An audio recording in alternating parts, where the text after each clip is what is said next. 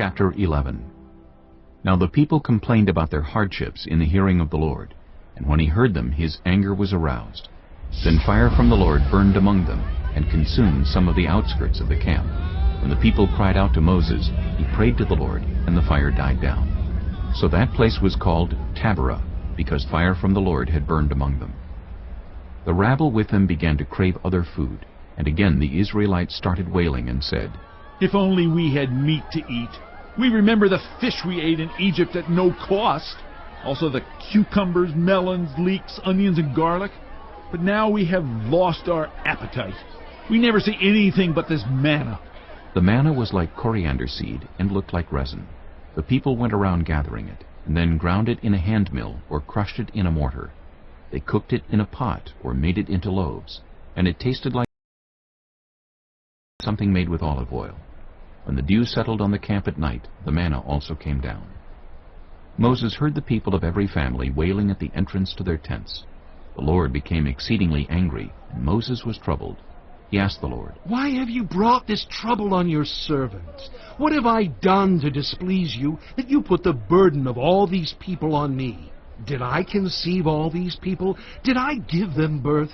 Why do you tell me to carry them in my arms, as a nurse carries an infant to the land you promised on oath to their ancestors? Where can I get meat for all these people?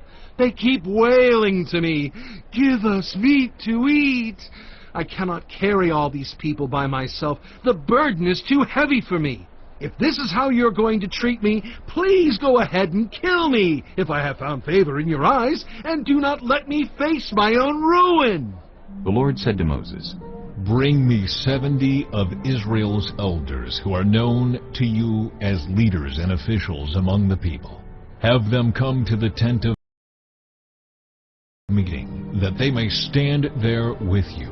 I will come down and speak with you there, and I will take some of the power of the Spirit that is on you and put it on them. They will share the burden of the people with you, so that you will not have to carry it alone. Tell the people, consecrate yourselves in preparation for tomorrow, when you will eat meat. The Lord heard you when you wailed, 'If only we had meat to eat. We were better off in Egypt.' Now the Lord will give you meat, and you will eat it. You will not eat it for just 1 day, or 2 days, or 5, 10, or 20 days, but for a whole month, until it comes out of your nostrils and you loathe it, because you have rejected the Lord who is among you, and have wailed before him, saying, 'Why did we ever leave Egypt?'" But Moses said, "Here I am among 600,000 men on foot, and you say, 'I will give them meat to eat for a whole month.' Would they have enough if flocks and herds were slaughtered for them? Would they have enough if all the fish in the sea were caught for them?" The Lord answered Moses, "Is the Lord's arm too short? Now you will see whether or not what I say will come true for you." So Moses went out and told the people what the Lord had said. He brought together 70 of their elders and had them stand around the tent.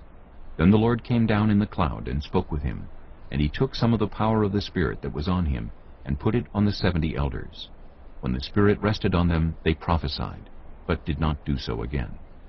However, 2 men, whose names were Eldad and Medad, had remained in the camp. They were listed among the elders, but did not go out to the tent. Yet the Spirit also rested on them, and they prophesied in the camp. A young man ran and told Moses, "Eldad and Medad are prophesying in the camp." Joshua, son of Nun, who had been Moses' aide since youth, spoke up and said, "Moses, my lord, stop them." But Moses replied, "Are you jealous for my sake? I wish that all the Lord's people were prophets, and that the Lord would put his Spirit on them." Then Moses and the elders of Israel returned to the camp. Now a wind went out from the Lord and drove quail in from the sea. It scattered them up to 2 cubits deep all around the camp, as far as a day's walk in any direction. All that day and night, and all the next day, the people went out and gathered quail. No one gathered less than 10 homers. Then they spread them out all around the camp. But while the meat was still between their teeth, and before it could be consumed, the anger of the Lord burned against the people, and he struck them with a severe plague. Therefore the place was named Kibroth-Hattaavah, because there they buried the people who had craved other food. From Kibroth-Hattaavah the people traveled to Hazerath and stayed there.